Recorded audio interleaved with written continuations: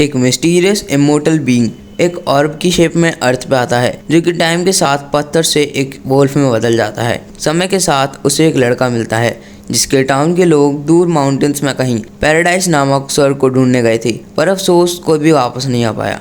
पर वो लड़का हार नहीं मानता और अपनी जर्नी को शुरू करता है अपनी उस वोल्फ के साथ। वो समय के साथ आगे बढ़ते जाते हैं और इन दोनों का बॉन्ड भी अच्छा खासा हो जाता है।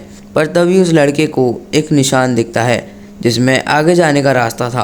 वो दोनों उसे फॉलो करते करते आगे बढ़ते हैं, पर उस लड़के का एक्साइटमेंट जल्दी ख़त्म हो जाता है जब उसे एक क्रॉस साइन दिखता है और बगल में कुछ पुरानी गाड़ी टूटी दिखती है, जिससे उसका कॉन्फिडेंस बिखर जाता है और रोते रोते कहता है, जॉन हम पागल थे, ये सब देख के तुम्हें क्या लगता है? मैं तो वैसे ही पागल हूँ, मैं इतने दिनों से अपने आप से ही तो बातें कर रहा था। चलो अब हम घर वापस चलते हैं। और ये कहते हुए वो दोनों अपनी दिशा बदल लेते हैं और वापस अपने घर जाने लगते हैं। और कुछ मेहनत के बाद वो दोनों अपने घर तो पहुंच जाते हैं, पर उस लड़के की हालत बहुत ज़्यादा बिगड़ जाती है और उसे तेज़ फीवर आ जाता है, जिसकी वजह से उसकी मौत हो जाती है। और वो जो वोल्फ के रूप में मिस्टीरियस एलियन था, वो उस लड़के की बॉडी में तब्दील हो जाता है और फिर से उस अधूरी जर्नी को ख़त्म करने चल देता है। इस जर्नी को ख़त्म करने में वो लड़का पूरे 6 बार मरता है और लो मर गया 7वीं बार। और हाँ, ये इसलिए बार बार रीजनरेट हो पा रहा है क्योंकि ये कोई ह्यूमन नहीं बल्कि एक एलियन है। उसके बाद हमें एक कबीला दिखाया जाता है जहाँ पे छोटी बच्चियों और बच्चों के मुंह पे इंक लगाई जाती है और जब वो बड़े हो जाते हैं तो उसे साफ़ करा जाता है। फिर हमें एक खुशहाल परिवार दिखाया जाता है जिसमें इस छोटी लड़की का नाम मैरी है और उसकी एक छोटी बहन लीसा भी है। और मैरी अपनी पड़ोसी दीदी पैरोना को भी बहुत प्यार करती है। पर इस खुशहाल परिवार की खुशियाँ ज़्यादा दिनों तक नहीं टिक पाईं क्योंकि वहाँ ओनिगामा फैमिली अपना पुराना रिचुअल करने के लिए हर बार की तरह एक छोटी लड़की को ले जाने आए थे, जिससे वो उसकी बलि चढ़ा सकें और अपने भगवान को खुश करने के बाद गांव में कोई बुरी चीज़ ना हो।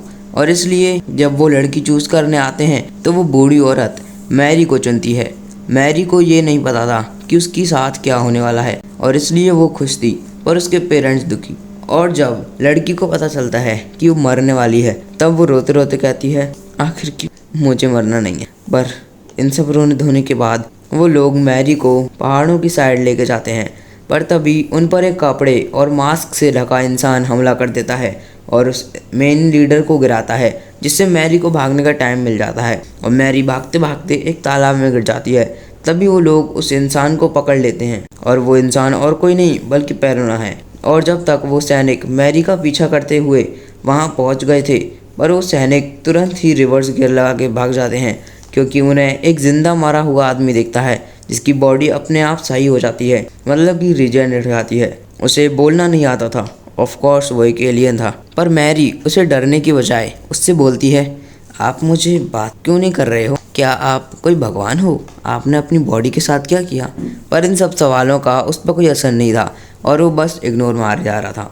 तभी मैरी पेड़ से एक फल देती है जिसे वो हैवानों की तरह खाता है और एक बार उसका पेट भरने के बाद वो चुपचाप सो जाता है। मैरी बोलती है, अरे आप ये कैसे खा रहे हो? आप में कोई मैनर्स है या नहीं? और मैरी भी उसके बगल में जाके लेट जाती है। वहीं दूसरी तरफ पैरोना को वो लोग पकड़ लेते हैं और हाँ भाई, ये इंसान पैरोना ही है जो मैरी को बचाने आई थी। वहीं दूसरी तरफ वो लड़का मैरी के पीछे चलता है, जहाँ मैरी जाती है वहाँ मैरी उससे बोलती है, अब चलो तुम्हारा नाम रखा जाता है फूचा। वहीं दूसरी तरफ पैरोना के पास एक जायंट पोलर बियर आ जाता है। सोल्जर्स तो वहाँ से भाग जाते हैं और पैरोना भी जूते में छुपा चाकू से अपनी रस्सी काटने की ट्राई करती है और किसी तरह उस बियर के हमले से बच जाती है, पर वो गिरते पड़ते किसी तरह उसी तालाब में गिरती है। वहीं दूसरी तरफ वो सोल्जर्स मैरी को पकड़ लेते हैं और लेके माउंटेन्स में उसी जगह ले आते हैं जहाँ उनके ओनिगामा मास्टर आने थे, जो कि एक मॉन्स्टर है। और वो मॉन्स्टर पैरोना और मैरी दोनों को खाने वाला था।